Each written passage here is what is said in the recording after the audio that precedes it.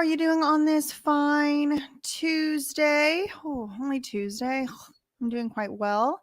Let's see. Let me just give a little shout out to some of my members here. Hey, Blue Butterfly, Sam, Fabulous Fab. Wow, gang's all here. We're all back here. Brian Fichot, how are you? For the record, Your Honor, I have seen that you have been hard at work putting out your content. There's a couple things I need to catch up on, but that's for all my YouTube friends, girl. Oh man, I gotta catch up. Yeah, cool. Elizabeth, Mims, Amanda Ray, crocheting. Chris, hello, 00 back in the chat. Afternoon, Henry. I'll clap when I'm gone. Precious Jewel. All right, so I do have another special guest coming on today, but I'm going to do a little bit of a chat and stuff first, and then I have a surprise special guest. Maybe I'll need to update the thumbnail after this live. But just to kind of recap, we have been mostly focusing in these lives on P. Diddy. Now, I did make a video about Vince McMahon, the WWE guy. There's like a lawsuit against him. It's making similar allegations to these in the P. Diddy lawsuit by Lil Rod. We've been talking about P. Diddy, some of his connections, strange connections like Britney Spears, Larry Rudolph, Irving Azoff, the Kardashians, all that. And I didn't know that much about P. Diddy before I started doing this investigation and this reporting or whatever. I'm learning as I go. And I know a lot of the stuff I say, some of y'all are like, we've been knowing about that or whatever. And it's like, I'm new. Okay. I'm not like a P. Diddy, certainly not a P. Diddy expert, but you know, all his friends and everything too, but they are all connected. I mean, that's a little bit of a hyperbole. Like, I'm sure they are all connected. I found evidence that a lot of them are connected, and I'm just kind of plugging along. So that's kind of what I wanted to do today. I wanted to just kind of show y'all some of the things that I found in my self education using public records and all that. Just about different connections, different possibilities, things like that. Let me see if I can find the thing about Diddy's dad.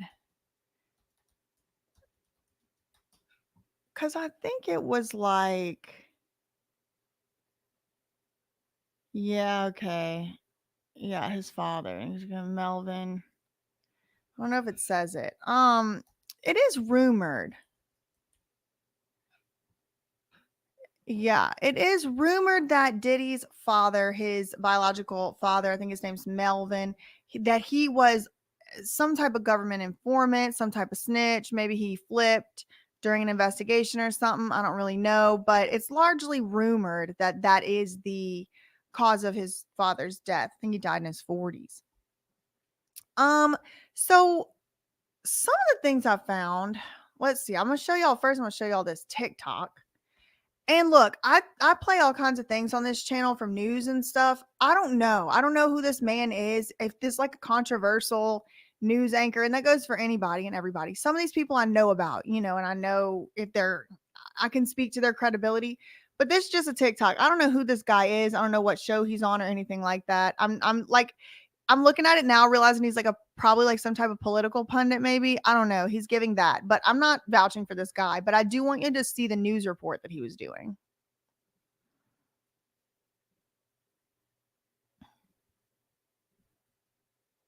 Okay.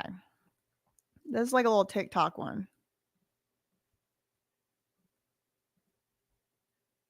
Diddy's former bodyguard tonight, alleging that Diddy was working for the FBI as a confidential informant. People don't realize this, brother. First and foremost. So I'm being told that this is Diddy's former bodyguard. I do think he's done interviews before. I think this guy's name is Gene Deal. Somebody correct me if I'm wrong, but this guy purports to be one of Diddy's former bodyguards, and he's one of the whistleblowers here. He's been talking about Diddy at least since around the Cassie lawsuit time, but maybe perhaps even earlier. Yeah, that's him. Gene Deal worked with Diddy in the early 90s. Okay. So he's making the allegation here that his former bodyguard, Diddy's former bodyguard, is making the allegation that Diddy is a confidential informant for a government agency. Been dodging the legal system for years. Puff being, and this is documented. Puff being a CI Where? for Where is it documented? Somebody please tell me where it's documented, because I want to go to the documents right now that he is a FBI. He just said it's documented. And this is documented. Puff being a CI for an FBI agent. They was taking some papers up to the Being a CI means, in my experience, it means confidential informant. So like a snitch. He was being the confidential informant for an FBI agent. So he was providing information to a certain FBI agent is what it is. He's just chatting sometimes. Kanye also said he was a Fed. He did. I remember that, Peaches. Kanye also accused him of that. Yeah, no, I want to see where it's documented. This I do know about. This is how they infiltrated the Black Panther Party and caused all kinds of chaos, and they probably how they're still infiltrating our movements today. Yeah, I don't know about. Okay, Kate is saying he's exaggerating. FBI. So like when he was here in New York, they was taking paperwork up there and stuff like that. Don't know what it was, but later on found out that he was a CI. Now, Primetime can't confirm this, but if Diddy was an FBI informant, it explains why he was giving a pass to wreak havoc, according to his producer's lawsuit. What Diddy wanted, Diddy got. And then him throwing a fit, which I'm sure y'all have already seen. Okay, what is my next thing I wanted to show y'all? Let me go ahead and send this link to my special guest so that we have that going. All right. What else do I have here to show y'all in my tabs? Oh, okay. All roads leads to clowns. Did y'all know Diddy had this video? The video, look at the thumbnail. Are you afraid of clowns? And this is P. Diddy dressed as Pennywise the It Clown. Then whatever in the, what is this?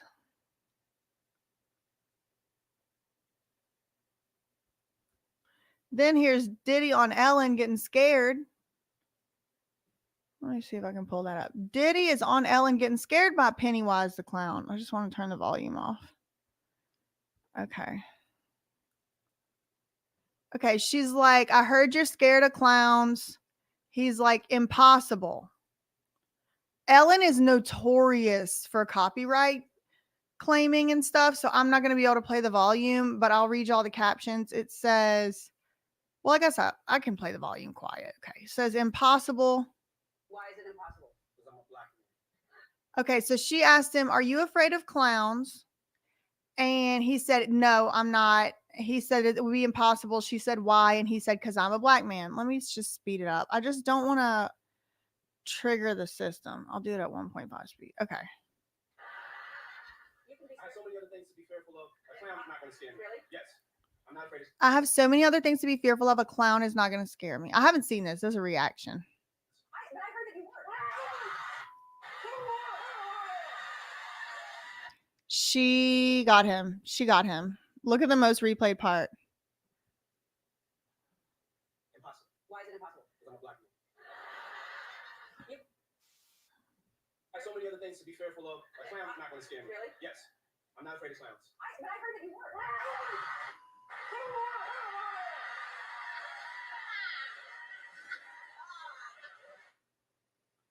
She got him.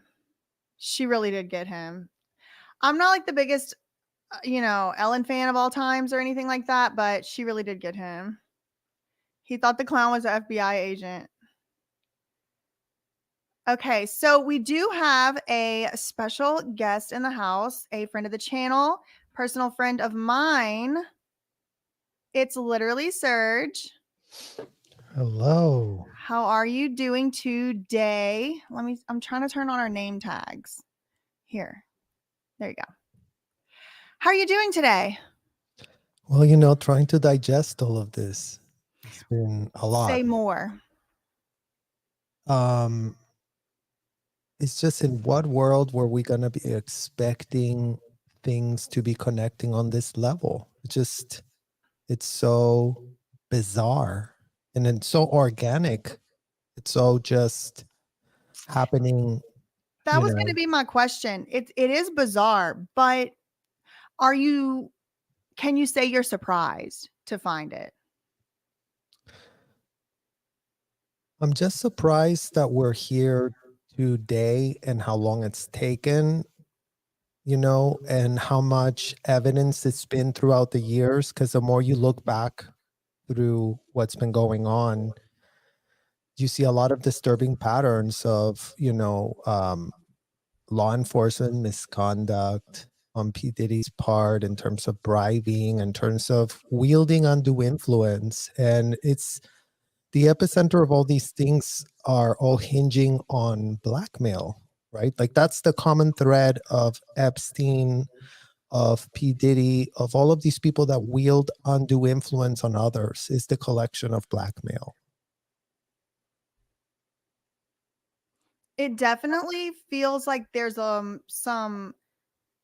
a very small amount of kind of like common denominator type factors like blackmail, trafficking, and also this kind of like sexual depravity.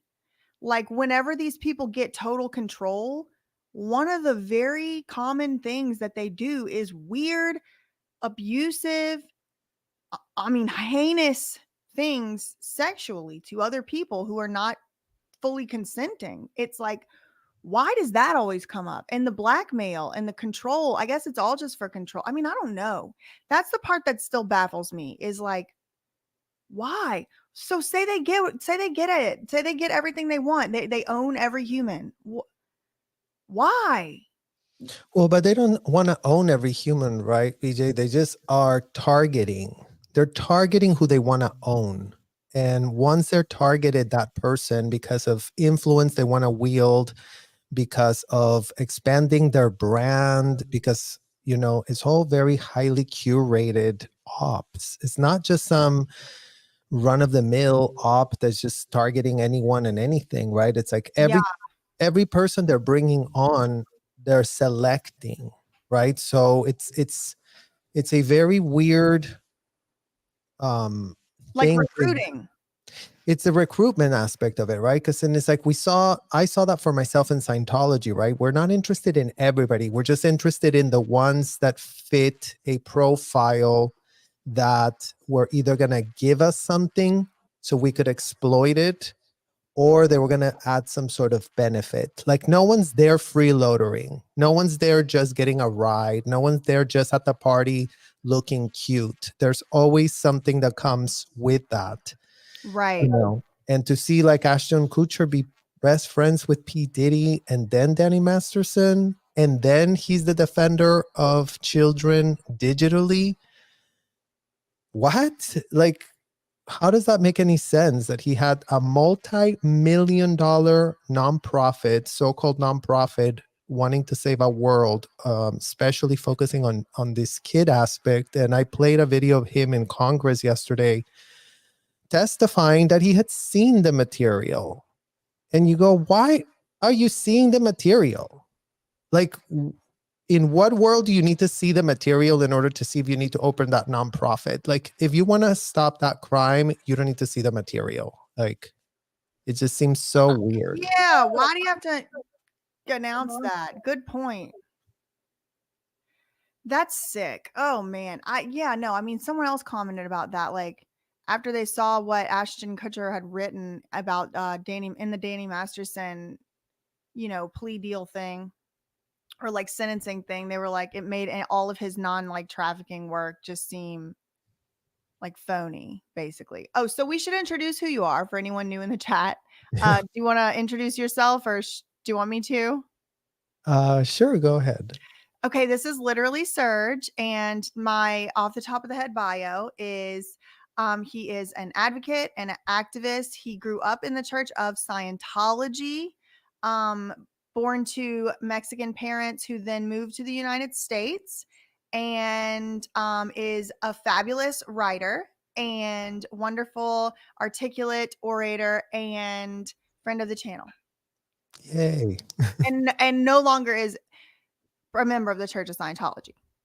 100%. I mean, I never was, right? And that's what we're asking, to raise this awareness in the terms of, these enterprises that have, going back to Nickelodeon, right? We were just there last week. It's like these enterprises that have targeted kids that come from vulnerable backgrounds. You feel very selected, you feel very special, but that's the whole process, right? It's like, it's the hand selection.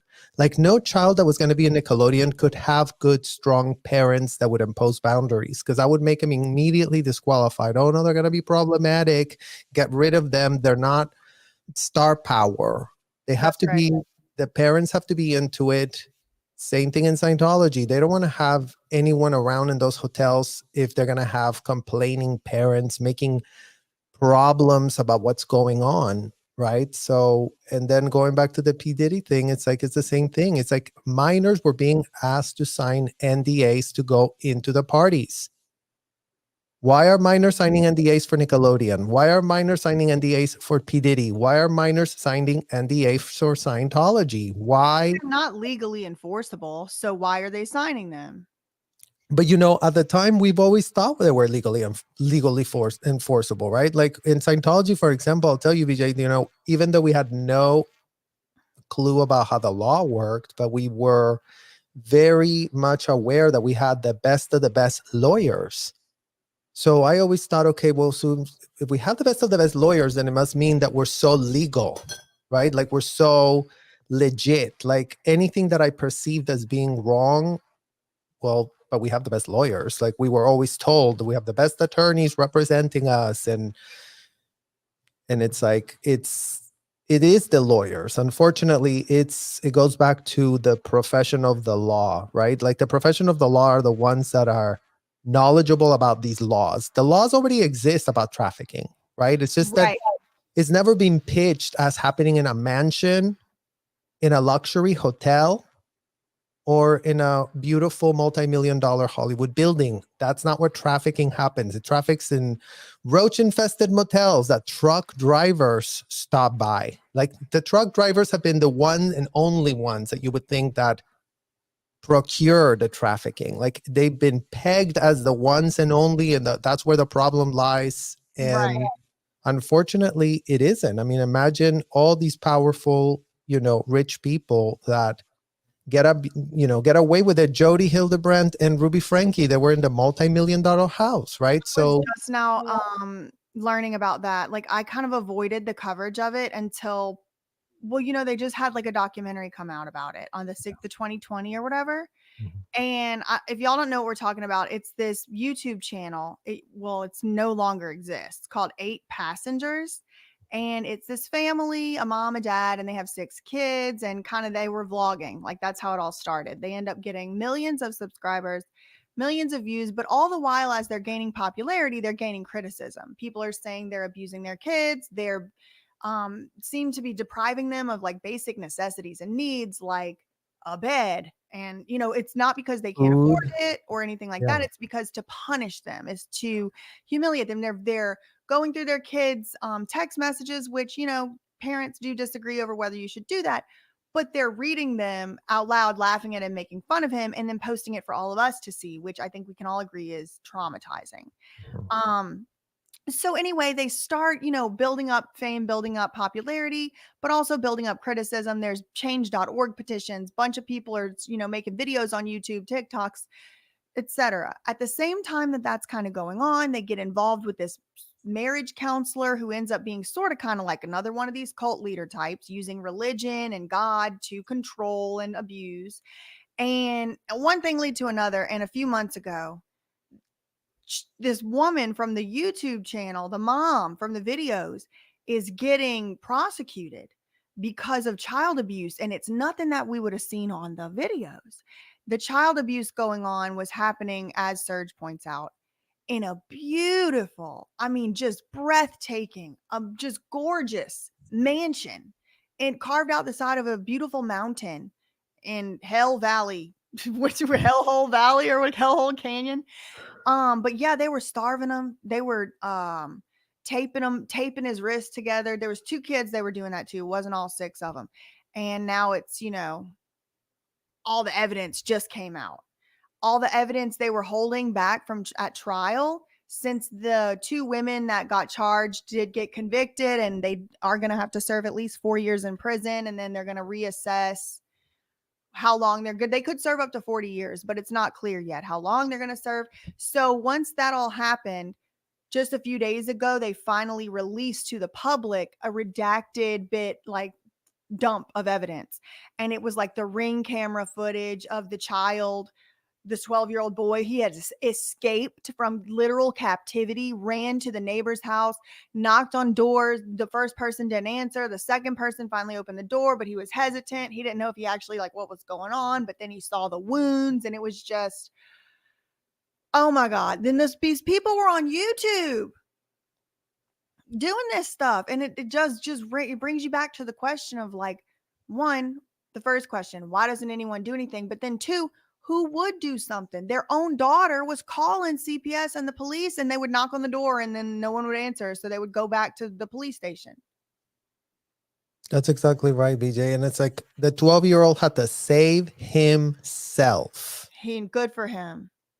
He had to save himself. And, in Scientology, they were always very careful not to have that. We wouldn't have any wounds showing, right? Because this is the only reason these women got caught. There was no other way they could have ever been caught. They had it all programmed not to get caught, but they got cocky and they did start inflicting the wounds. But when children show up without scars to the police, they're not the ones that are getting the help. And for example, in the case of Scientology, we have somebody like Miriam Francis, that is a child that was essayed in Scientology, that she has her own channel, and she ended up going to the LAPD. And she, as a 16-year-old, was put in handcuffs and then returned back to Scientology. My God.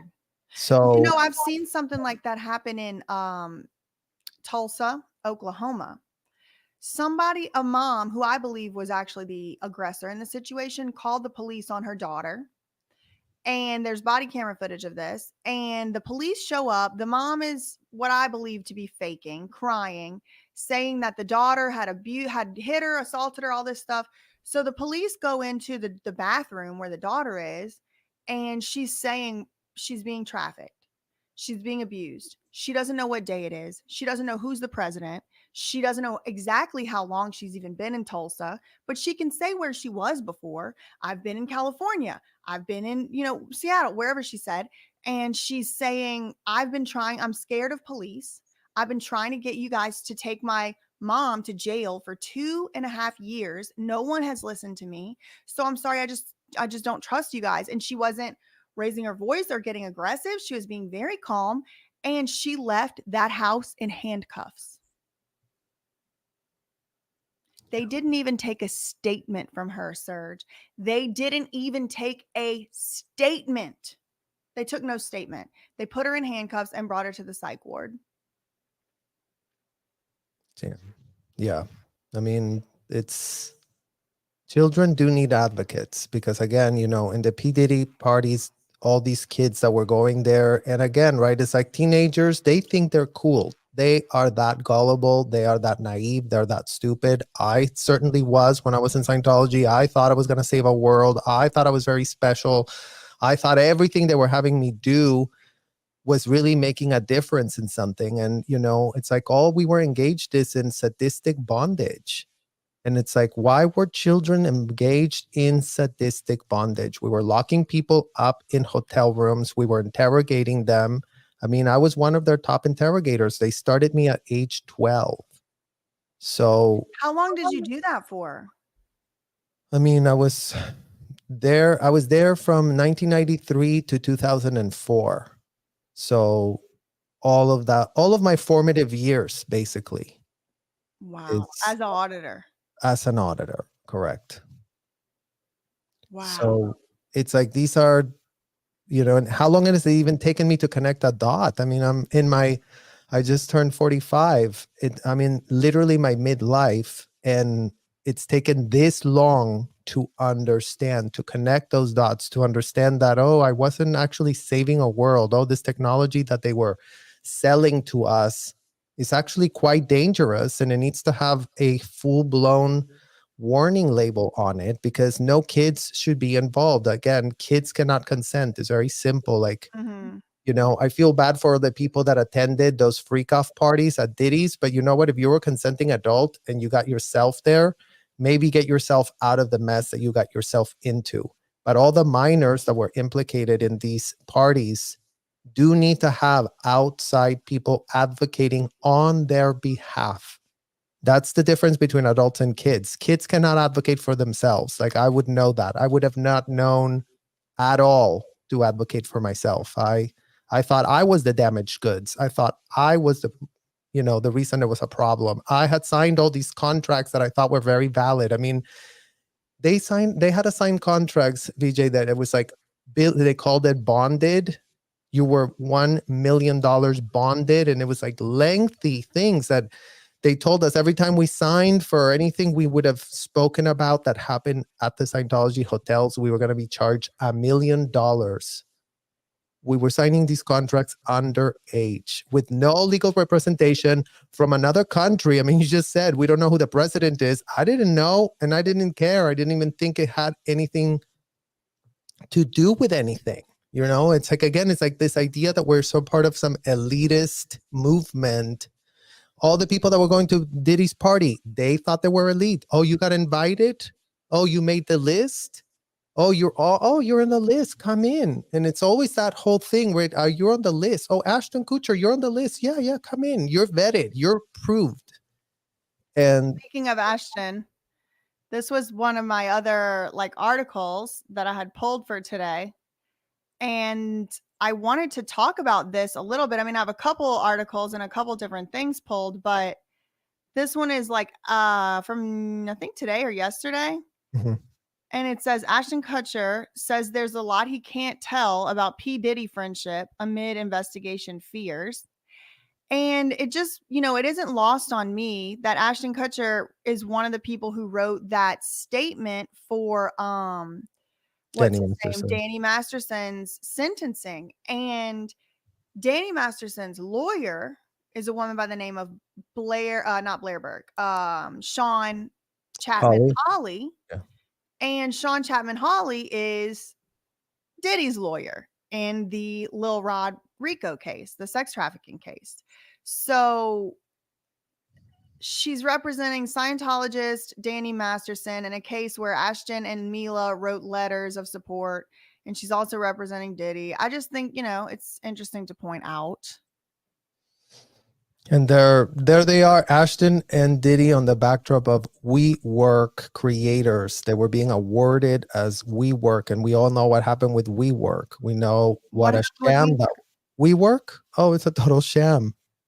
The guy that invented WeWork was, you know, put up a whole Ponzi scheme, turned it into $1 billion company, but it was not profitable. Yeah, there's a whole you're missing that documentary. You know, it's ringing a bell, but the main thing that stands out for me in my memory is like it had something to do with real estate. Like they were owning the real estate, and really the reason they were even actually have any value at all is because they were buying very expensive office buildings and stuff, and like spending money on real estate. Like for some reason, that's the only thing that I saved to my memory about that whole expose. Yeah, they were renting it, and they were, you know, just lying about their profits and getting investors involved. And they got a huge Japanese investor putting a lot of money into the company. And again, they're just building these fake brands, right? It's like, oh, look at fake brands. That's right. Ashton is endorsing it. P. Diddy's endorsing it. Oh, everyone's endorsing it. We're going to really blow this up. And are you familiar with that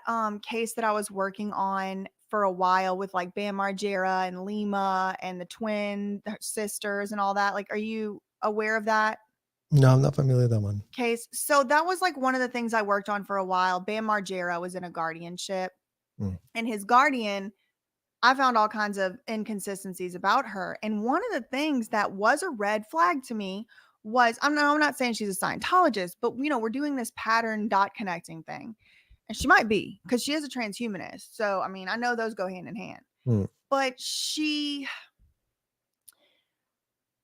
came kind of out of nowhere. She did sort of try her hand at a few different biotech tech type businesses. She tried to work with prisoners. She tried to work, this thing, that thing. But finally, she made this virtual reality software that you could use with virtual reality goggles. And it's, among other things, an exposure therapy device. So she would put you back into the situation that would trigger you to do the thing you weren't supposed to do, whether it be use a drug, use alcohol, substances, or self-destructive behavior, or fall into something like that. So it was supposed to basically work you through that scenario in virtual reality, so when you saw the scenario in real reality, you'd be able to handle it or whatever. But there was all kind of other stuff going on in the background, and she never really gave a demonstration of this product. I don't know if it actually even exists or if it's real. It could be, I don't know. Somebody had died in her care, and she didn't tell the true accurate reporting of how the person died, and so I got the autopsy report. It didn't add up. But one of the things that I found early on, it was that if you just look on the surface, her business seemed legitimate because it had all the sort of check boxes that you would on the surface expect. A nice looking, homepage of the website. But then once you start clicking on the links, it's like stuff's not even filled in. Hmm. If you really read what it's saying, is don't say nothing. It don't mean anything. It's just kind of a bunch of words thrown together. And it's like, who is buying this product? Who is it really for? And then what she did was she collaborated with some huge YouTube channels. Dissociate did that channel has more than 1 million subscribers. 16 Leo she collaborated with. Mark Leta from Soft White Underbelly Hmm. collaborated with him on his channel, millions of followers, millions of subscribers. And it was like, I think it was just all for the patina of legitimacy, because I'm not sure there was much substance behind it. Like, actually, now that I look at it, and it was like she was saying kind of all the buzzwords, and it was like kind of like this, where it's like, okay, well, look, it must be legit because these two guys are there posing. And it also kind of always gives me the flavor of like MLM. Like they're all putting each other on because they're in the same downline or something. Does that I sound mean, crazy, or exactly. like, No, it does seem to follow that pattern, right? It's like, we're going back to this subject of cults. So, what is cult? Is culture. What are these artists supposed to be creating? Culture. Why are they worth anything? Because they have a network of people that they have reach and influence to. Why mhm. did Ashton matter? Because of that. Why did P. Diddy matter? Because of that. Why did L. Ron Hubbard matter? Because of that. When you have a network that you own and you tap. Why is Mark Zuckerberg so rich? Because he's got us all networked in, right? We belong to him. Our information, our data. That's why all this idea of like data mining is not really understood, right? Because it's like, what did P. Diddy do? He was data mining. Every time he's having these freak ops in his house where Yeah, he's video recording everything and he's extracting that information, that's what's called data mining. That's what creates the undue influence. That's what made him untouchable. I mean, how many decades has he been able to get away with all of this? a long time. And I think it's like either a pyramid or like a web or like a web of pyramids, because it's like I think they all have this same kind of dirt on each other. It's like not just only P. Diddy exerting that control over like a Cassie and a Lil Rod because he has control over them, but like maybe there's another person sitting right next to him who they can control each other because they have each other. Jay-Z comes to mind, which I don't know. Innocent until proven guilty, I do not know. But I mean, oh man, I just feel like it is all to give this air of legitimacy. And you're right. What makes a song that P. Diddy makes more valuable than a song that, our friend who just graduated from Berkeley or whatever? Like, it is that, and it's the network only, and the influence and the power and the control that he has over a substantial or significant amount of people. Correct. Network is how they control. Network is what gives them their legitimacy. Network is what gives them their standing. And unfortunately, the problem with the top of these networks is that they're compromised, and who knows who's behind. These are their puppets. Who's controlling behind this? Like, these things don't just happen in a vacuum. These things don't just happen with a ton of enablers and co-conspirators. I mean, we know his drug mule already got arrested. What was he providing? What was the Yeah, and it's like, of all the people in the scheme they could have arrested, they arrested the drug mule. Now, devil's advocate or whatever, not that she needs one, is maybe he actually did have that on his person in his pockets and nobody else did. So it was just an easy, low hanging person to arrest. But who the plane belonged to? Was he on the plane? If so, then I know for a fact I've seen people arrested because somebody had something in their car. So it's still kind of feeling a little special treatment-ish. Especially considering they had enough probable cause to effectuate raids on 3 mansions all at once, and they didn't have enough probable cause to arrest him and bring him in for questioning. I don't know. It feels special treatment-y, in my opinion. Like, Well, we keep seeing this pattern too. Again, BJ, like, as long as you have some sort of $1 billion in your account, there's a separate set of laws that no one is literally seen in their life. But I mean, in what world do we have a separate set of standards and rules for when you just hit $1 billion in your bank account? Epstein hit that $1 billion. Scientology hit that $1 billion. Nickelodeon hit that $1 billion. Trouble Teen Industry hit that $1 billion. Like, billion. P. Diddy, billion. Like, so billion equals, we're really gonna have to do something now. But look at the Jeffrey Epstein. Look at how bungled everything has been. I mean, as much as anybody thinks that we can celebrate Ghislaine being in jail, being anything, I mean, it's so ridiculous and ludicrous. Like, Ghislaine wasn't the only one that was trafficking those girls. She was a major component of the network.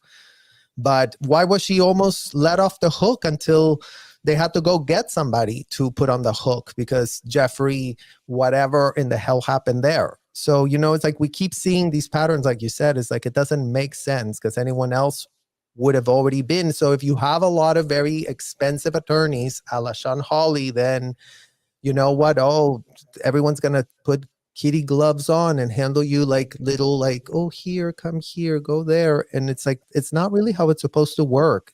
If these people are breaking the law, they're supposed to be seeing the repercussions of the laws being broken. And when minors are involved, given that that's, the epicenter, the nuclei. I mean, when I was doing investigations, and I only have L. Ron Hubbard to cite as a mentor, unfortunately makes me want to barf, but these conniving people really know what they're doing, right? That's the only thing I learned about L. Ron Hubbard. And he says, so that you can derail all investigations, just offer up altered importance. So you flood the airwaves with altered importance, with things that are not right. Like, so the children are the most important, offer up all this other information that has nothing to do with the children so that people's bandwidth is all stuck on all of these other things that you're feeding them. That's what I feel like this Quiet on Set documentary did, for better or worse, intended or not. We went from talking about child abuse and making children do things that were inappropriate for many reasons to talking about writers and half the salary for a woman and should they, could they, would they, and why, hold on. What about the child abuse? If you actually look at Dan Schneider's apology, the apology didn't say not one damn word about child abuse. The only thing they said about children the whole time was maybe some of the jokes are not appropriate for children, which is certainly not what anybody I know said. We were saying some other stuff than that. And now he got to talk about writers and salaries and all this other altered importance. What'd you call it? Yeah, altered importance. Altered importance, y'all. Write it down in the notes because that is what the Quiet on Set was, in my opinion.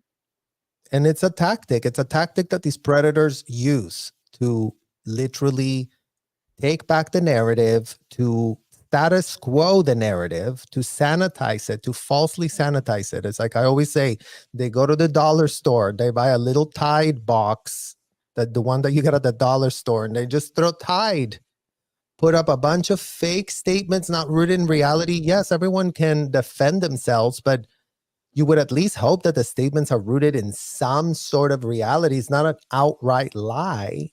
And that's what we're getting. It's outright lies and no one actually gaining any integrity or insight or self-reflection to stop what's being done to those kids. Or accountability.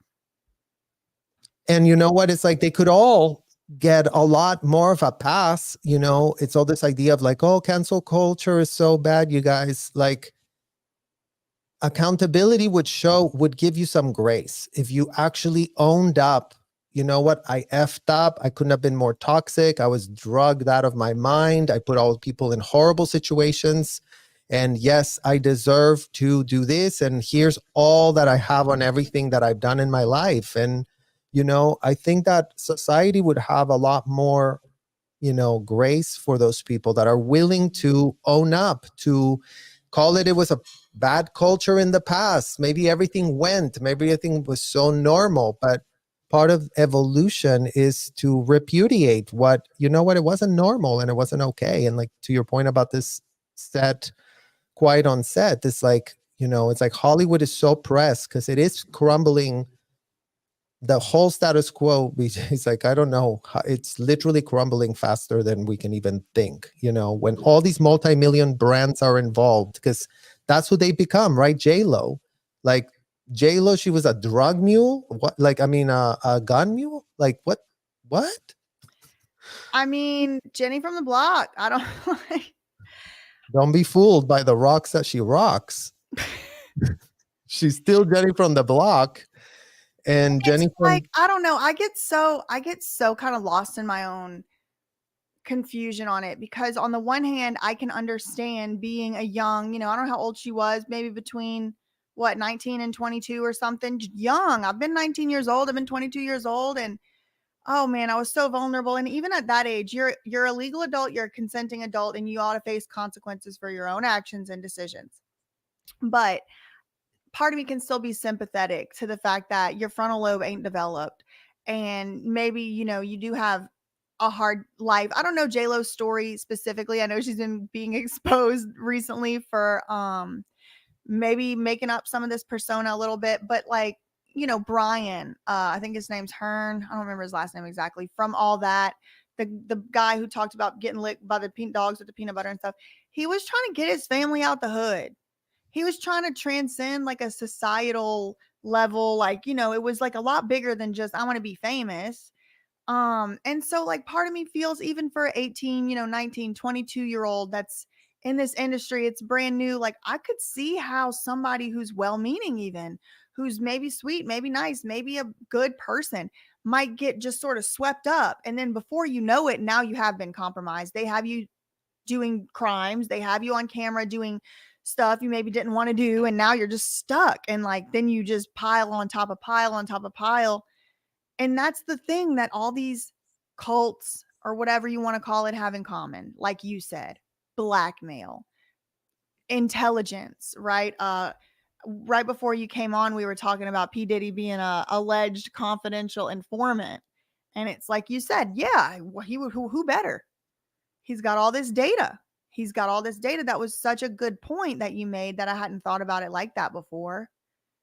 That is data mining, to just have cameras just running all the time on politicians and heads of state or their kids, or, you know, it's data. And you're right. That is the most valuable thing. I think human energy, human attention, and human data are the most valuable things on the planet. Yeah. What else did I have here? Speaking of J-Lo, I had a J-Lo article. Okay. I don't know what this Well, is. and J-Lo's dad, I remember I told you yesterday, the Scientology connection. Yes. In terms of her father being a Scientologist, and then yesterday I found her making positive statements about Scientology, saying that she doesn't understand why people, act like, oh, ew, you're a Scientologist. Like she thinks it's fine. She literally says that she thought it was fine. So I'm being corrected here. J-Lo was apparently 30 years old. So this ain't no 22-year-old. No. Okay. 30 years old. Yeah. I mean, I do think listen, I'm a little more sympathetic than some. I think you still could be a victim at any age, all that. But my sympathy decreases as you move away from 18 and toward 30. Like you're a grown adult. Jenny from the block. Well, and again, we're exposing the systems of blackmail, right? Because again, yes, we can still have sympathy for people ending up in compromised situations because, the blackmailing is as old as the KGB. The KGB literally ran this operation. Everything they did was on blackmail. You want to get undue influence. You want to be able to really like step 5 steps ahead of people and have them in your grip, own them. It's what it's called, right? Like you move wrong and we have info on you that we can use against you. And the threat is always looming. And that's why these people become useful idiots. That's what you become. You become an asset for them. They can use you and as a pawn in their scheme, right? You just become a useful idiot. Now you're compromised. Now they have this on you. Now you know it or you don't, right? Because everybody knows. I'm sure that Diddy wasn't just going with like, look what I got on you, but everything was happening and then the rumors go out and then. Well, and that's another thing too that I've been thinking a lot about lately is that distinction between being like actively threatened and then just sort of like implied threatened. Like, haven't you been around somebody before where it's like they never had to come out and say, I will beat your ass, but they say things like, I got in a fight last night at the bar and I beat that guy up. And then, maybe a little bit later, you find out that they have a domestic violence charge in their books. And then maybe you see them get mad one day and punch a hood of a car really hard and lose their. Isn't that person kind of also telling you that they have the capacity to beat your ass? You know what I mean? It's kind of like, I feel that way about these cameras. It's like if someone is just filming and recording you all the time and all these intimate, obviously a big part of this case is people didn't know, that's the allegation, is that these are secret cameras. But if you know that somebody has that tendency, I might get in trouble here, but I have had this feeling about a lot of creators on YouTube. I really like their work or I think they're funny or something, but maybe they're like more in the drama channel area of things. And I've seen them turn on their own best friends before. I've seen them be best friends with somebody online. I'm not talking about a star they don't know. I'm talking about their friend that they had in their house, do my makeup with my friend, do my vlog with my friend. And then all of a sudden one day they're airing out all their dramas and grievances with each other and showing private text messages and all of these pictures from the inside of people's houses. And I'm like, you were cool, but I will never be your friend because you've already threatened me. You've already told me what you're capable of. And I feel like that's what this is. It's like, you have to explicitly say, like in the so-called church of Scientology, I'm sure they do say it out loud and I'm sure they do threaten, but like, do they really have to? Like, you kind of know that stuff is on tape and on recording, and that you admitted to some stuff you don't want to get out, and that they've used that stuff against people before whenever they, what's the word? Bust, blow, whatever the word is. Declare suppressive. Yeah, when they become SPs. And so it's like, do you really have to keep telling somebody over and over that you're going to do it to them? Or is it just like this unspoken, I don't know. It's something I've been thinking a lot about lately. Well, it becomes even bigger what I think for me, how I observe it now in hindsight about it, BJ, is that it's dominion. It's this idea that someone is more important than you, right? It's a hierarchy, it's a monarchy. It's like, oh, P. Diddy's at the very top. He's our leader. He's our de facto leader. What does the de facto leader have? All of this machinery to control, to exert undue influence. And what does David Miscavige have? The same pyramid, video recording, everything. What did Jeffrey Epstein have? How did he get Bill Gates over there? How did he get all the best of the best? What was in place to keep that there? Right. And it's like, that's the common denominator that keeps showing for me. Me being born in that hotel, I thought, oh, the people in this hotel are crazy. Once I got out, I was able to be like, why in the hell were we recording these things? It seems so egregious, inappropriate, and nauseating. But actually, through seeing these other cases and coming out and understanding what racketeering actually is, right? It's like, that's the term, is racketeering. What is racketeering if people don't know? Am I putting you on the spot? Well, no, it's the racketeering, influence, and corruption laws that talk about it's an influence. It's people are influenced into it. Racketeering, a type of organized crime in which the person sets up a coercive, fraudulent, extraordinary, or otherwise illegal coordinated scheme or operation, a racket, to repeatedly and consistently collect a profit. I mean, like, And literally. Extortionary. Oh, extortionary. So they set it up so that, like, they set it up and they reap the benefit. They create the problem and they are the solution. And I feel like, oh God, it's like, sometimes do you ever feel like your brain is just like melting out of your ear because all the connections are happening too fast? Or like yesterday when I started my live, I felt like buzzing, like electricity in my fingers. It was like, I couldn't even, it was like you were trying to put too many watts in a light bulb or something. Like, I just felt like, whoa, it's everything. It's the whole entertainment. It's everything. Like, this is 8 passengers, right? That lady, she set up a coercive, fraudulent, extortionary operation with her connections program that she had, right? Mm-hmm. Or I mean, you could put Scientology in here. You could put, I mean, probably put Roman Catholics in here at some point. I mean, no offense to y'all, but like, once stuff gets too old and too organized, even when it starts out correct and with the best intentions, it still goes into this direction. And a lot of times it's not started with the best intentions. Sometimes it is. I could think of some examples. I'm not going to go into it. People are allowed to have their opinions, but I mean, the WWE story, the P. Diddy story, the 8 passenger story, you could apply so much to this. And it's like, I think if they really started going after every RICO enterprise, we don't have the resources. This is so widespread and common. They have to only pick a P. Diddy out of the pack every now and again, or a Brian Peck or whatever. Cause it's like rings and rings and rings of extortion and trafficking and economies, plural, riding on the backs and the names of like one person, like 3 economies existing off the name Britney Spears alone. How are you going to prosecute everybody that participated in that? It's thousands of people. Well, I mean, the laws are supposed to send a message, right? Because if the laws don't get applied, if all we have is platitudes and toothless, platitudes that aren't enforceable, then it sends a message to, set up your scheme, because no one is going to come and knock on your door. The only way the schemes, the only way the abusers and the predators get checked, because they're always going to be there. The only thing that checks them is the threat of them getting caught. And so far, the message has been, you know what? As long as you got $1 billion, we can figure out a way to make this work. We're not going to call it trafficking. We're going to call it Nickelodeon. We're not going to call it trafficking. We're going to call it P. Diddy. We're not going to call it trafficking. We're going to call it Scientology. We're not going to call it trafficking. We're going to call it Britney Spears.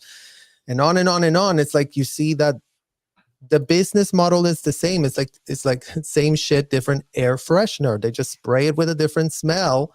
And then all of a sudden we're all supposed to believe it's this or it's that. And the problem is, again, it's like people are getting hurt in these networks, right? And that's what's unacceptable. From Jennifer Lopez, 30 years old. I mean, you see me, I'm not very sympathetic with the adults that came into Scientology, because I feel like you were an adult and you participated and you put your money where your mouth was. So how do you take it back now that you've given $2.5 million to Scientology, Leah Remini?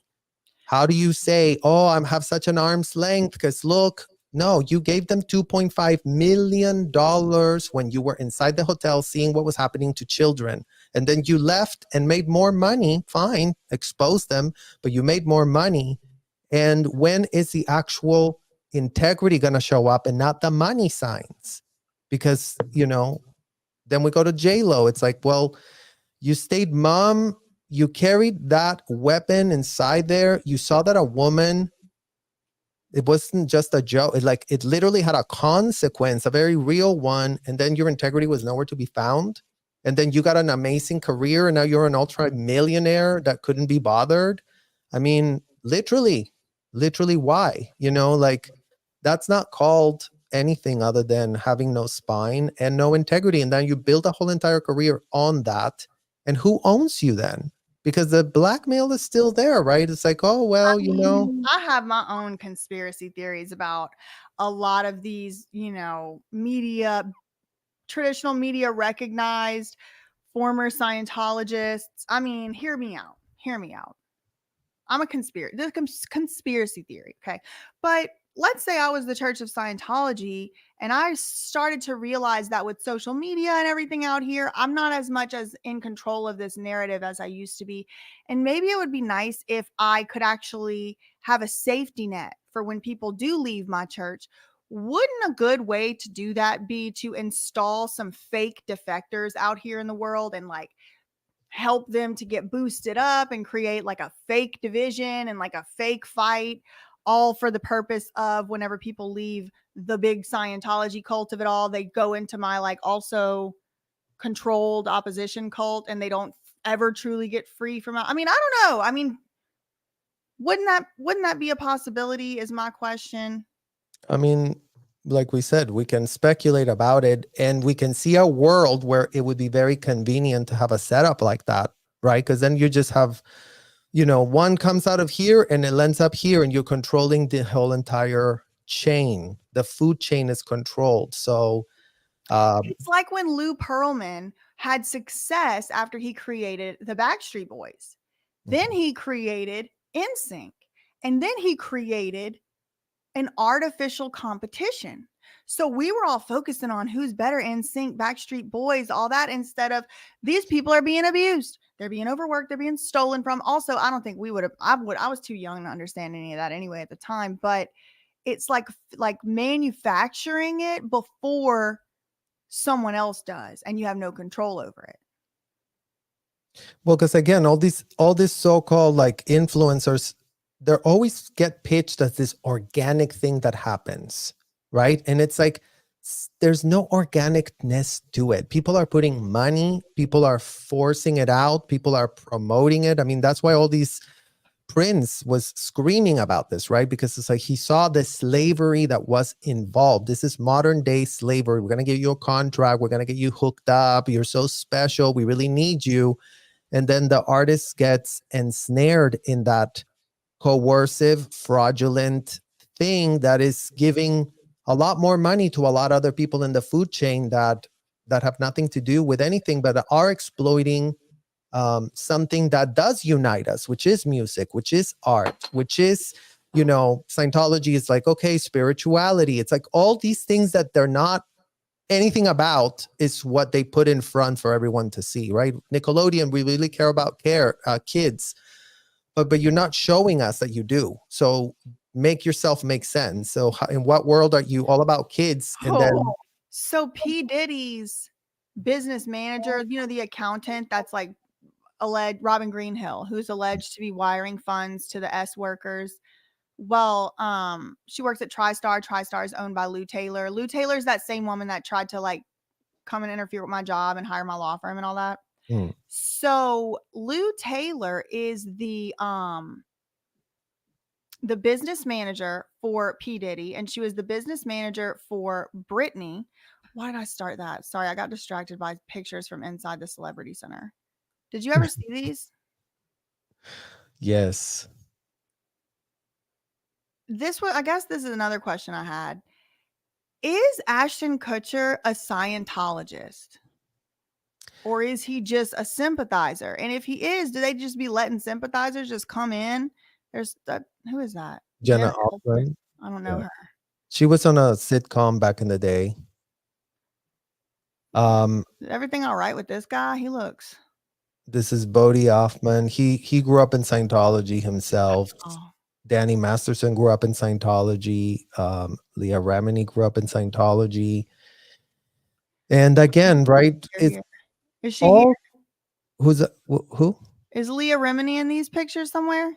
I mean, she definitely has pictures of her in Celebrity Center. She's not in there. Oh, Laura Prepon that allegedly left, BJ. But my point is, people that leave and stay with their big mouths shut Hmm. is also just such a red flag for me, including and I don't discriminate, Nicole Kidman, who supports Balenciaga after everything that they've been outed for in terms of, child abuse stuff. And it's like Nicole Kidman is always at Balenciaga things. It's like, how many more kid non-friendly groups do you have to support before you literally get called out for anything? Do you know this lady?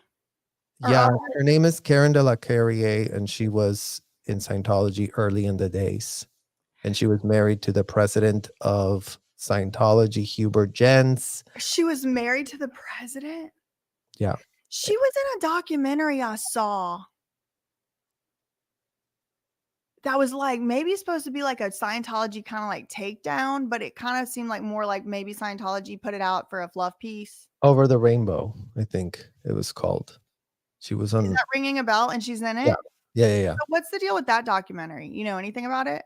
Yeah, I mean, it was a documentary that was supposed to be for, to expose things, but it ended up being sort of a controlled opposition piece vibes. It's what it was giving more than anything else, right? And my friend Laura FM was featured in it, and she was very upset because they edited everything down to watered, just pretty much whitewashed everything and watered it all down, and then just kind of like released it there, just almost like, so it seemed like they got interfered with. Is kind of how it happened, Mm-hmm. that lady, Like on the whole, I generally just don't even trust documentaries because of that. Because like a lot of people don't understand how the business of it works. Like you don't just go out and say you have a great idea that's going to change the world, and some nice studio just hands you several $100,000. Like that's just not how it works. You have to have your project financed. And that is exactly what, for example, Jeffrey Epstein was. You know how they always kept calling him a financier? It's because he would decide whether your movie got approved, whether you got enough money of a loan to make your little Final Destination or whatever movie you're going to be making. I don't know. I don't know if he actually had anything to do with that movie. I just made a movie up. But people don't understand. And you know that Malaysian billionaire, you know how there's this huge Malaysian financial scandal going on where like the elite of the country took the taxpayer money and spent it on all kinds of stuff they didn't need. And then all the while the people of the country are struggling. Well, so this guy's name's Zhao Lo. Did you know his company is responsible for financing Wolf of Wall Street? That debaucherous movie, which I know is a classic and I know people love, but like think about it, y'all, from a business perspective. Oh, I have a good movie idea. I guarantee you right now, if we open the polls in the comments, every person in here has had a great movie idea. And it's probably based on a true story and all that. Okay, what's the next step? How do you make it a movie? You need a lot of money. Why? Because you need sets, you need actors, you need all kinds of things. You got to got permits, probably. I mean, there's all kinds of stuff you need. Even if you have the idea, somebody got to write the scripts. Even if you write the scripts, how your lights are going to stay on when you're writing a script. Think about it from the financial aspect. Now think about all the movies that have been made and who's financing them and why. Why is it the same story 15 different ways? Why do we need to have adaptation and after adaptation of The Taming of the Shrew? Nobody had a better idea. Never. It's like it's over and over, the same stuff over and over. Why? Because it makes money. Okay, well, then there's your answer. I think it's, layers of reasons. But these people, Jeffrey Epstein, financier, he's the person who decides if your movie gets money. People will do anything for money. That's what I'm learning. And it's a really true statement. Like, there's no level of humility, depravity. It's just that they'll do anything. They'll do anything. And it's like just a given. It's like God. Like when I was at that law firm and I was like, so y'all want me to lie? Y'all want me to just not tell the people the truth that they're allowed to know? I'm not breaking a law. I'm not doing anything wrong. You want me to lie? And they're like, no, we don't want you to lie, but we do have, our first concern is business. We have to do what's best for the business. And it's like, they were just saying that with their chest out. Like it wasn't a secret. They were telling me who's their God. It's not ethics. It's not the right thing. It's money. And I just keep having to relearn that lesson over and over because it's not all of us are not like that out here. Well, that's true. And again, it's going back to the influenced, and all it takes is for you to be influenced. All it would have taken is for you to be, well, this law firm's really nice, and I do have a nice card now, and I'm gonna be able to get into Soho House. So sure. What do you need me to say again? Oh yeah, sure. Oh no, that never happened. That never happened here. That never happened anywhere. Like, it's that easy, right? It's like there's a tipping point, like, and how many people cannot resist when they're being seduced, they're being lured, right? Like nobody's going and being like, oh, I'm going to jail you and abuse you. There's always a facade that's shown. It's like, you're going to be part of P. Diddy's white party, so exclusive. Oh, you getting invited? Oh, I'm going to post it on my Instagram. I'm going to show everyone how special I am to be selected to be here. And it's all of these, luring of people to be influenced, to then partake. But again, they're not going to want to lure anyone that's just that they have nothing to exploit out of them, right? So it's like they're very selective. Going back to the cult thing, it's like you are selected, and when you're talking about producers, you're on the money. I worked for a ex-Scientology producer here in Hollywood. Her name is Colleen Camp, and she's been around the industry forever here with the Oscars. The Oscars was the same thing. She had a special party where everybody got invited, and usually when everybody got invited to that party, the party was being thrown in favor of this movie or that movie, and whoever got her blessing would end up magically ending up Oscar nominated or winning. And going back to this Oscar stuff too, BJ, is like, that's what in Scientology they did. All they did is, I have a trophy here. I'm very special. Look at me. Yes. Aren't I so great? Right. And it's like, it's all this artificial propping up. And it brings us back around, another dot to connect to the Little Rod lawsuit, because he claimed, as you know, that Diddy promised him in exchange for certain types of favors, of the sex kind, that he would win producer of the year at the Grammys. And because this industry is infiltrated by Scientologists and also uses very similar tactics where it has nothing to do with Scientology, if you have a Grammy for something of the year, then you're somehow more important and you're worth more and you're more valuable. But it just, again, innocent until proven guilty. These are all allegations. But the allegation does seem to line up with this trading off, but also extortion, also blackmail. Like, you have to do something that compromises you, that you don't want to do against your consent. But I mean, I guess you are consenting. Like, if he would have done that as an exchange, that would have been on him. I don't think somebody would have been forcing him to do it. But I'm just kind of talking about the pattern of using that type of to him, it would have been humiliating because he didn't want to, and he had a wife or whatever. He was, with a woman or whatever, and he didn't want to do it. But just to get that Grammy, just to get that clout, just to get that recognition. And like you said, it's like, it might as well be this pen. Like, it's only valuable based on what we decide its value is. And and that's where you bring it back to the media too. BJ, because it's like, especially being here in Hollywood for so long, understanding the media, the publicists are the snakes. They're the ones that are falsely positioning everything. They're the ones that are finding out of all the crises. They're the ones that are getting all the dirt and then just laundering it. Using who? The mainstream media. Oh, I'll give you an interview with J-Lo if you can just help us clean this up real quick, put a little tide on it. And then it's like this like symbiotic relationship between the media and these celebrities, right? Who pitched us these people to think that they're important? We see them on the news and then we all think, oh my God, J-Lo's so important because look, the mainstream media is talking to her. That's what happened with me and that CNN anchor, Chloe Mayloss, because she's not an anchor. She's a reporter. Like she started out in like Hollywood Life or something. But then she was doing this Free Britney coverage, but it was after she had already put out an article that said there's no need to free Britney. And she was like interviewing us and stuff. And then I just realized, like, because she had said it in the middle of the meeting that she had these sources and sources close to Britney say there's nothing to worry about and stuff. And it's like, I already know who the publicist is. It's Jeff Raymond. So Jeff Raymond works with Larry Rudolph, works with Lou Taylor. They have a massive Hollywood dossier list of like a lot of powerful and important celebrities. And so if Chloe Mayloss doesn't report what they tell her to report on Britney Spears and cover up for them in this human trafficking ring of a conservatorship, then what's to stop them from saying, okay, well, we're not going to give you the exclusive tea on Madonna then. We're not going to tell you what's going on with Travis Scott and Kylie's baby then. It's like they have to play along. I don't think they have to. I think she should quit.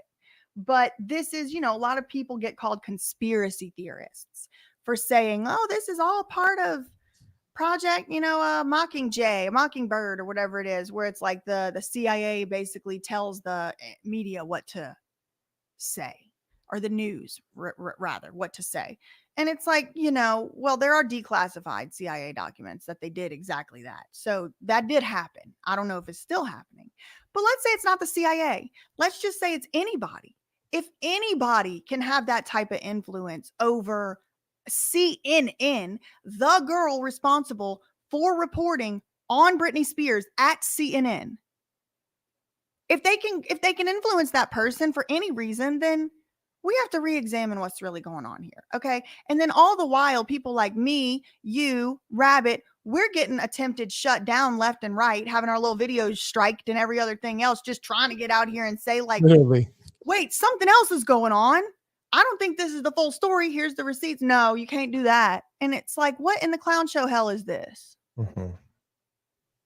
Yeah. Well, I mean, we are their biggest threat because they cannot control our voices. I mean, you know, the LA Times called us the gaggle of protesters protesting trafficking of innocent kids. You know, the LAPD arrests us.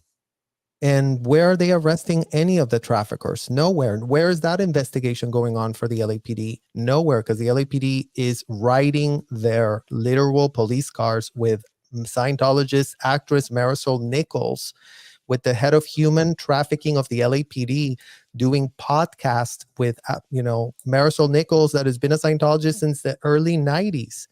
She plays a cop in a few Hollywood shows, and then all of the LAPD is eating out of the palm of her hands. And that's all it took to paralyze and kneecap that part of the law enforcement, right? So it's carefully orchestrated ops. This doesn't happen by accident. These people are calculated. They know how to kneecap people. They know how to compromise them. They're very aware on how to do them, and they're very, very good at it. And I mean, again, sunlight is the best disinfectant, because once the sun shines on the behavior, then their billions are worthless, right? Epstein couldn't save himself. Nickelodeon's not going to be able to save itself. Scientology is not going to be able to save itself, because there's situations where no amount of money is going to restore what the racketeering scheme is once it's actually outed for what it is. I mean, the thing about Diddy, the allegations of his improprieties, I mean, there's so many YouTube videos. There's more YouTube videos that you could possibly ever research in a lifetime, seriously, about, because that's a whole other culture, right? Like that's a whole other scheme that I never was paying attention, because I come from Scientology. I have no idea about this music industry, aside from the fact that I was shocked to hear about J-Lo and then making J-Lo's connection with her father being a Scientologist. I'm like, I saw this article too that says that she was this might have come from the Leah Remini world. I just kind of skimmed it, but it says J-Lo targeted by Scientology, how beauty rejected recruitment and eluded church spies. Okay. J-Lo has secret ties to the Church of Scientology and narrowly escaped being sucked into the religion sources. So this is a National Enquirer. Just, consider the source. Unsealed court documents. This has to be Leah Remini. Reveal that the Scientology church used teams of private eyes and terror tactics to monitor J-Lo after insiders claimed she spurned its bizarre teachings. The head honchos at Scientology zeroed in on J-Lo when her career exploded in the late 90s and believed they had the perfect tool to recruit her. Her father, David, who had joined the church around 1987. Thanks to J-Lo's stardom, David was welcomed into Scientology's upper echelons, including its famed Celebrity Center in Hollywood. Independently obtained records show the church's magazine, Celebrity, reported J-Lo's dad beginning in 2002 as he moved up through the Church of Scientology courses. And he admitted that J-Lo helped pay for these courses. Did you know that? No. David divorced J-Lo's mom in 1999, and that's the same year of that club shooting that J-Lo was allegedly the drug mule for. Excuse me. The GUN mule. Yes, please. We have different mules going on in here now. So the same year that happened with the club shooting, it was the very, very end of the year. So it had to be before. This divorce must have happened before, unless it happened at the very end of the year. But the daughter and he have remained close. Citing her father, Jennifer gushed over Scientology in 2007, saying, "My dad has been a Scientologist for 20 years. He's the best man that I know in my life. And so it's weird to me that people want to print it in a negative way." Let's see if we can get. No, that's all we can get. So Serge, as a former person who was forced to be around these Scientology creeps, what do you have to say about this article? I mean, again, consider the source. It's National Enquirer. Well, but I'll tell you this source, Leah Remini, in the video I just did yesterday, she said, yes, I was running intervention. Scientology would become friends with this one, become friends with that one to try and to recruit them. And, it was working because, in what world did J-Lo get sent an invitation to come to this wedding, right? The wedding was a recruitment stage. Oh, good, J-Lo, you're being invited to this very special wedding, right? And you're going to be here. Remember, Tom Cruise and Katie Holmes everybody was so obsessed with them. Like even the whole Scientology thing, yeah, people thought it was weird, but there was more like obsession about them. Nobody was, condemning it, or nobody was calling it out. I mean, they were weirded out by it, but there was another dots is flashing off in my mind because recently, J-Lo came up in another story I did on Jay Shetty, the guru with the blue eyes, and he's, big and all. He officiated J-Lo and Ben Affleck's wedding. He was the guy that stood and said, "Do you accept husband, wife, and all that?" He's the one that officiated it. Yeah. So it's like, okay, now it's like during that story, I was just feeling like it was given Scientology. We talked about it. We talked about this, about how it was like all the like ISKCON youth were helping him edit his videos and make his content and all of that. And it was like free labor because they're doing it for a higher purpose and all that. Well, that guy officiated J-Lo's wedding and it was like an event, right? Someone announced that. People Magazine reported it. Mm-hmm. Why? Why are they reporting on who officiated their wedding? Well, the network, because people care, and they only care. It's a racket because we only care because they keep putting these people in our faces with the magazines they own, with the websites they own, with the search engine optimization they pay for. And so, okay, yeah, we all household name. We know who J-Lo is. Oh, that guy officiated her wedding. Oh, cool. Now we're forced to think about that weirdo that none of us ever cared to think about. Mm-hmm. And it is like creating the scheme. It's creating it to put it back out. I mean, look, the counter argument is like, what's really wrong with that? If you're just, responding to the market, like what's really wrong with search engine optimization, or even like creating content or whatever. But I think it's like, there's all this insidious underbelly of trafficking and child abuse that it's funding. So that's what makes it bad for me. Yeah. And I mean, we have these publications that have propped up these people and have connected, right? Because it's like these brands are only relevant because they've been covered by this media. How did they get all that?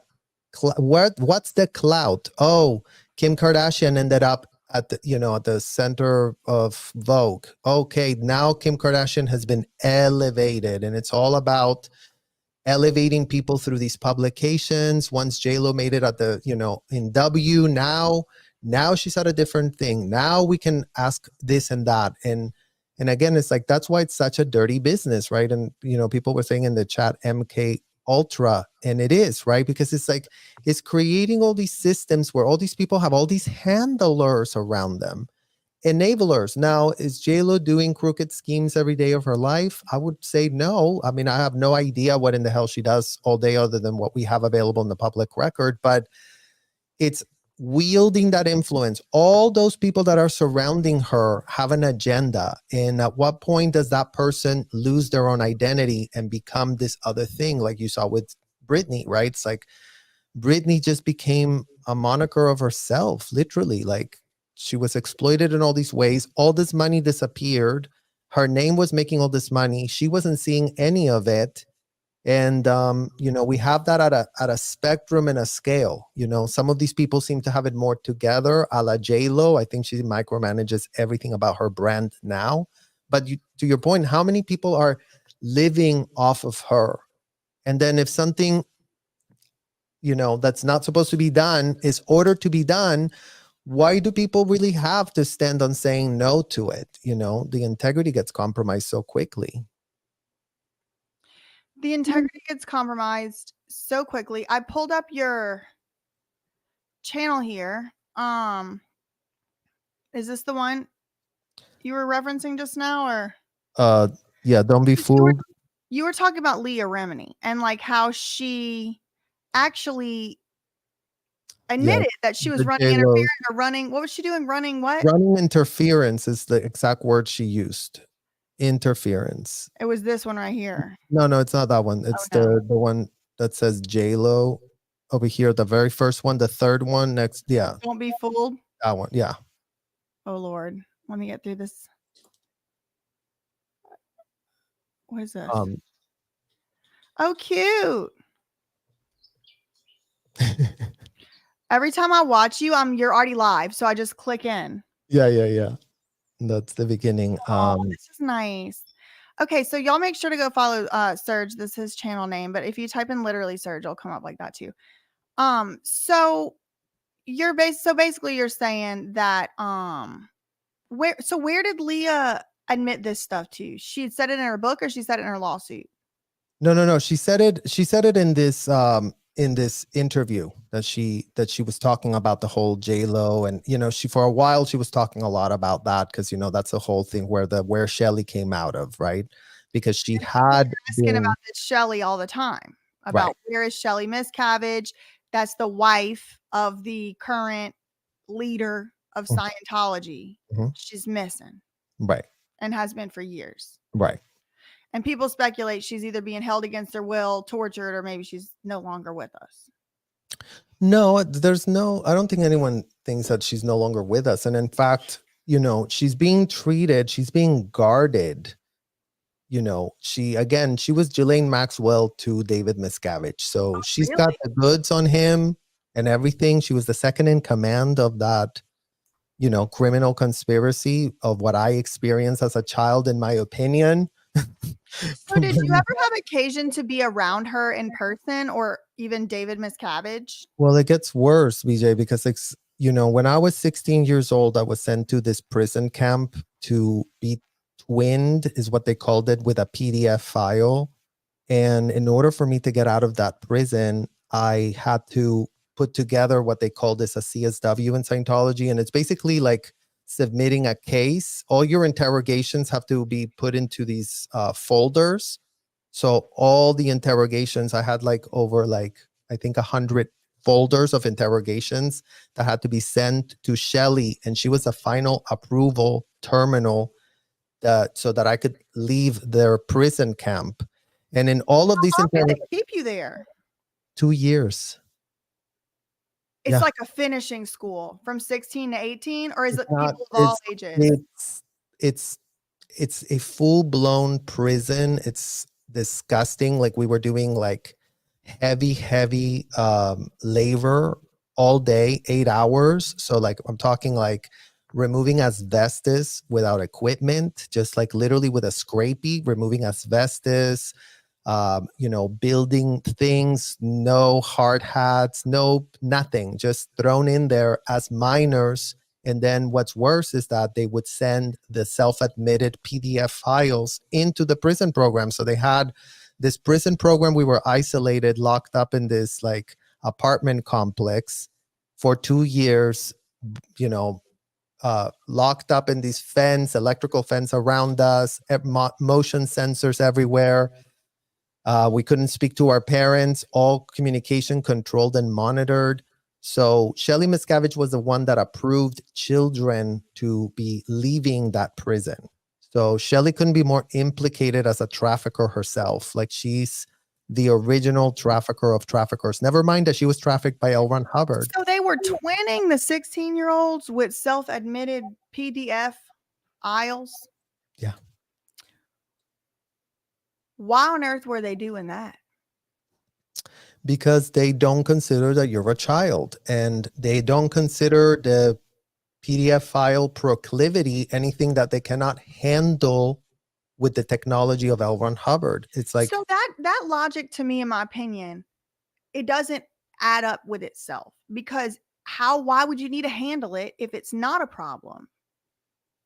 well, but they purport that is just something in your past. They purport that you were just confused in your past life, and you had a confusion in a last life that made you have an evil purpose in this life to But go. how is it evil to want, like, in their mind, in my mind, just so we're very, very clear, children are children, and they're not adults trapped in small bodies. Right. In my mind, children are not the same as adults.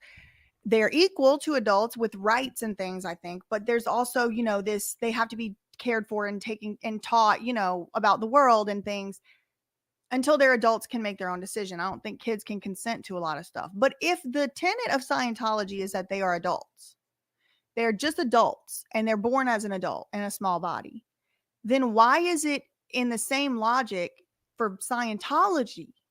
Why would it be evil or bad for an adult to have attraction to a child if, by their own standard, not mine and yours, children are adults in small bodies? Well, and that's why they don't think of it as a big deal, right? But they are very pressed to monitor all SEX interactions that happen within their hotel. They're always data mining for that information, right? So there's this whole like it's just basically they're just fronting. Oh, we're so puritanical here, we wouldn't want anyone to end up with anything. It's all frowned upon, but if you did it, then we clean it. That's what the problem is in there, right? Because it's like, on the outskirts, they would tell you, oh no, we come down hard on that. But how do you come hard on that if you put a self-admitted PDF file with a child? Like, there's no, it defies logic, because it couldn't be more illogical. And it's just really acting with impunity. And it really shows the type of people that were influenced to think like L. Ron Hubbard, a full-blown convicted felon that was on the run. I mean, in what world was he an American-bred god? Yeah, man. Isn't that half the reason why he did Sea Org in the first place, so that no like laws would apply to him or something? But he also was kind of obsessed with like the Navy and LARPing as a Navy person.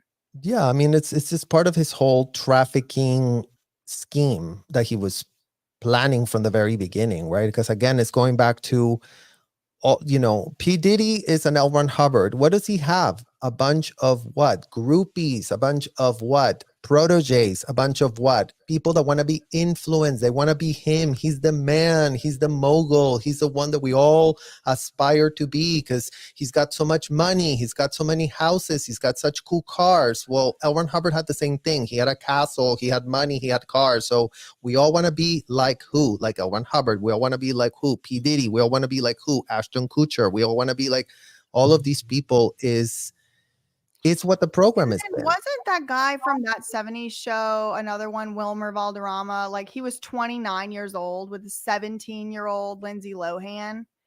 And or no, sorry. Yeah, I think it was Lindsay. And then It he was also Lindsay. dated like a 17-year-old what's her name? Vanessa, who was it? Demi Lovato. Oh. Demi Lovato. And Demi Lovato has even come out as an adult and been like, yeah, when I was 17, I thought I was making the decisions and calling the shots. I thought I was an adult because I was being treated, quote, like an adult. But now I realize that I was like a vulnerable child that didn't know anything. And these were grown people taking advantage of me. That's exactly what it is, and Mila was 14 in that set with Ashton and all these improprieties that just, again, they're so systemic part of the culture of Hollywood.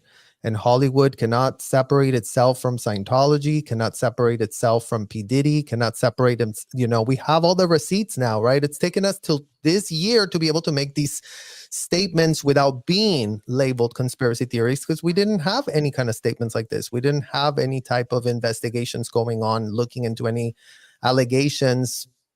So in what world were anyone really going to dig into the P. Diddy situation or even the Scientology situation? Well, and then there's certain people that are implicated and involved, or it's like someone said it earlier. And she was like, I wish they would talk about the Beyonce of it all a little bit more.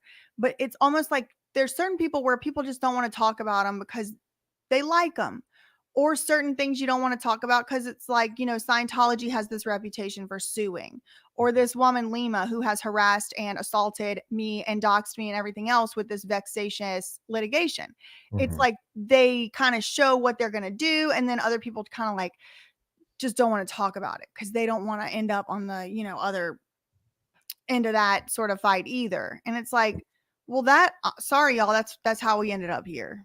And the more y'all don't say anything, the more we're going to end up here. So, well, and it's all these intimidation tactics, but again, and that's what I attribute our communities being the ones that actually are fueling us and giving us the power because we have eyeballs on us for the first time. That's our protection. The fact that our communities do stand with us, the fact that our communities do agree with us that child abuse is a crime and we're not having it. And that's why we're calling it out. And if it has to be us that are doing it, it's like, I know everyone in the chat supports us because of that. They agree with this being egregious. They agree that these Hollywood corrupt elites need to be checked. They need to be put in their place. They've always been, cradled and canoodled as being very special. But, we are double checking on that pitch as of this year, 2024. We're seeing like, okay, what is it really that's that special about y'all?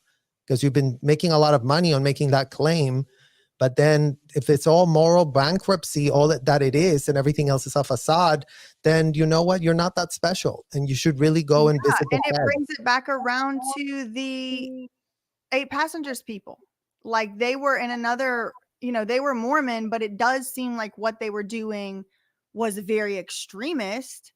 But it was like, yeah, they were starving their kids because they had a demon, allegedly. And I mean, I think, I'm not sure I even really believe they believed that, but they were kind of using this religion and this ritual, and they did kind of feel like, we're better. It felt like this sort of snobby, exclusive. But then when you really look at it, it's like, you're not better than me because you're abusing children over there. So no, you're not. Yeah. Sorry. Yeah, that's exactly right. So I think that's going to be pretty much all I had for today. But did you want to, here, let me show your channel one more time. Y'all go, make sure to follow. Oop, nope. Where are we going here? Serge in the, here, I'll put it in the, here you go. And Serge is going to be coming Nope. Okay, here we go. Back on Thursday, and we're going to get into some more specific details about your experiences and your perspectives. We're going to be answering questions. Y'all can leave them in the live chat or more preferably the comments of this video. You can save the questions and put them in the comments or the live chat on Thursday, but that's going to be what we're going to be doing on Thursday. So Serge will be back on Thursday. We're going to talk about Scientology. We're going to get into some more details and get a little bit more perspective. For me, I've never been obviously even in a Scientology building. I don't really know anything. Everything I know about it pretty much learned from y'all. You know, my what I don't know what y'all's designation is. The people that the people that left, the people that's not never consented or whatever like that. So we're going to be talking about that and from those perspectives. So y'all make sure that you kind of gather your questions up. That'll be day after tomorrow. Yeah. And Serge, I'll let you have a conclusionary thought, if you will. Sure. Let's just, focus on our First Amendment right and the fact that we are allowed to question the public record. We are allowed to question things that are being shown. And the purpose of that is to raise awareness. And raising awareness is our tool to fight corruption. Systemic institutionalized corruption will go away once the awareness comes up. Because again, all of these crimes take place in the dark. They don't survive a shred of scrutiny. So once the scrutiny is on the crime, they can't help themselves because, the gaslighting tactics just literally dissolve. So I really want to thank all of the people that are in these chats becoming informed. The more informed you are as an advocate, the more powerful you're going to be able to be in fighting for these issues that are, real civil rights issues. As we're finding out, this is modern day slavery. This is how it was rebranded so that it would pass, without anyone seeing it. But, the True. I mean, even Constitution. the word trafficking, it means slavery. It's like the definitions are the same, but it's like we had to change that word because it became so like indivisible from a certain specific image and a certain group that it's like they came up. That's giving them the benefit of the doubt and not saying they did it for a nefarious purpose, which I guess they could have done. But it's like, you said it's trafficking is not, it's sure it probably happens in the roach motels, I'm sure. But it's not just that. It's in mansions, it's in castles, it's in caves, it's everywhere you can imagine. You've probably even seen it. It happens at bars, it happens in major cities that you would have visited. And it isn't just, somebody gets snatched up and taken to a hostel, like in Taken or something. It's Right. Sometimes it's this slow grooming. It's giving you a Louis Vuitton purse and then Louboutins and then a house and then a baby and now you stuck or whatever. It's being able to see all these different ways because they do, like you said, switch it up. They switch it up, they rebrand, they rename, and they keep doing it. Yeah, there are definitely professionals at exploiting vulnerabilities, and those vulnerabilities are there, and leave it to the predators to find the vulnerabilities. That's what they're specialists at. They are literally, they can smell in 2 seconds if they're going to have a prey or not or anything. They become adept, right? Because that's why they've survived this long, because they've been able to cover their tracks, because the laws do exist that prohibit this behavior. But if there's a way to exploit vulnerabilities in the system, they will exploit them. And as long as we don't have a way to call it out, and the corporate media is just going to launder it all because it makes more sense to make money on it, then the incentives are misaligned. And as long as the incentives are misaligned, then in what world are we expecting for anything to make sense? There it is. It's well, like, thank you for coming by, Serge. yeah, And thank you I for really having me. appreciate it. And I look forward to seeing you day after tomorrow here too. Yes. And anything else that you wanted to share with the audience, the live audience or the replay crew? No, just leave you guys these questions. Like I said, I was a child that grew up in Scientology. I am now part of SPTV, which is a nonprofit to help kids escape from the clutches of Scientology and get some support. So we're raising awareness and we're trying to be as helpful as we can to survivors. And we're going to be protesting the LAPD this weekend with Alexa from Eat Predators. Oh, nice. I love her. She was on the channel last week. Yes. So, yeah, just leave your questions in the comments, and I would love to be able to answer y'all's questions, because I'm sure that, you have questions that would be great to have answered. Yeah, I'm gonna try and come up with some good ones too, and hopefully it'll be mostly chat driven, but I'll come up with some too. I feel like my questions just come to my mind and I ask you right in the moment, but I'll come up with some too. Okay. All right, well, that's all we had for today, y'all. Thank you for coming by, staying by longer than usual here, and that's all I really had. In the meantime, facts ain't defamation. Love you, Mina K. Bye.